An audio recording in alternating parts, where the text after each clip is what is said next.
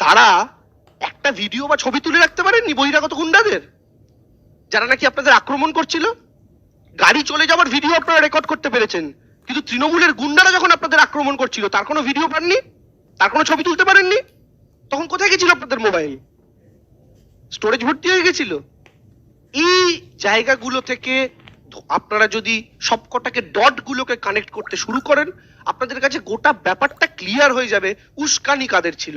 এই যে শুরুর ভিডিও দেখালাম আপনাদের, যে ব্রাত্য বসুরা যখন প্রোগ্রাম করছেন তখন পেছন থেকে কিছু ছাত্রী কেউ ছিল না, আমার চোখে পড়েনি, তারা আঙুলের বিভিন্ন রকমের ইশারা দেখাচ্ছেন, যেটা দেখানো যায় না, যেটা রুচি সম্পন্ন নয়। সেই দৃশ্য দেখিয়ে তারা উস্কানি শুরু করেছেন। সেখান থেকে ব্রাত্য বসুকে ডেপুটেশন দেওয়ার পরেও তাকে আক্রমণ করা, আমাদের ঘর পুড়িয়ে দেওয়া শিক্ষা বন্ধুদের, আমার ইউনিটের প্রেসিডেন্ট, ছাত্র পরিষদের কিশলয় এবং যে আমার আইটিরও স্টেট কমিটির সদস্য, তাদেরকে মারধর করা, এবং এই গোটা ঘটনাটা পরপর চলতে থাকলো। তার উপরে গাড়ির নিচে পড়ে থাকার একটা ফেক ছবিকে মার্কেটে এনে এই ব্যাপারটাকে আরো অন্যরকম ভাবে তৈরি করে সাধারণ ছাত্রছাত্রীদের মনে সহানুভূতি তৈরির মিথ্যা এবং ব্যর্থ প্রচেষ্টা এসএফআই এর তরফ থেকে করা হলো। যে জিনিসটা আজকে সাধারণ মানুষ বুঝে গিয়েছেন বলে আমাদের বিশ্বাস। এবং আমি শেষ করছি শুধু একটা কথা বলে, সামারি, সেই সামারিতে 5টা প্রশ্ন এক লাইন করে আমার সিপিএম এর বন্ধুদের কাছে, এসএফআই এর বন্ধুদের কাছে রইল। 5টা প্রশ্ন এক লাইন করে, দয়া করে এই 5টা প্রশ্নের উত্তর দিয়ে দেবেন, আমরা ক্ষমা চেয়ে নেব। 1, ওয়েব কিপা, জেইউ স্টুডেন্টস এবং ব্রাত্য বসুর সঙ্গে যদি 1-2 জন এসে থাকেন, তারা বাদ দিয়ে তৃণমূলের সো কল্ড কোন বহিরাগত গুন্ডার একজনেরও ছবি বা ভিডিও আপনারা দয়া করে সামনে আনুন, আর না পারলে ক্ষমা চান।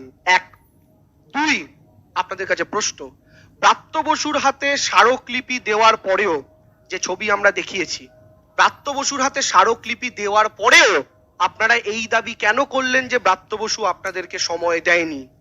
Question number 2। কোশ্চেন নাম্বার 3, এই যে ছবিটা আমরা একদম প্রথম আপনাদেরকে দেখিয়েছি, এই ছবিটার ভিডিও কোথায়?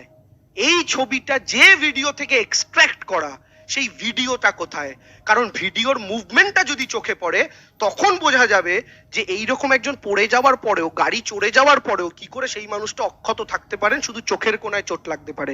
এটার ভিডিও কোথায়? 4র্থ প্রশ্ন, গাড়ি যদি চোখের ওপর দিয়ে চলে গিয়ে থাকেন, তার মানে টায়ারটা গেছে। তো এত মোটা টায়ার চোখের ওপর দিয়ে যাওয়ার পরেও কপালের হাড়, নাকের হাড়, গালের হাড় ভাঙলো না, কেবল চোখে চোট লাগলো এবং চোখের এই সাইডে 4টে সেলাই পড়লো। এটা কি করে সম্ভব? এবং 5, আপনাদের এখনকার blue eyed boy Indranuj SFI কে নিয়ে 1.5 মাস আগে যে বক্তব্য রেখেছে, এসএফআই নাকি তাদের লাশ ফেলে দেওয়ার হুমকি দিয়েছে, ইন্দ্রানুজের সেই অভিযোগ সত্য না মিথ্যা? এই 5টা প্রশ্নের জবাব আমার সিপিএম এর, এসএফআই এর আমার প্রিয় সৃজনদা আমাদেরকে দিয়ে দিন, আমরা বাধিত থাকবো।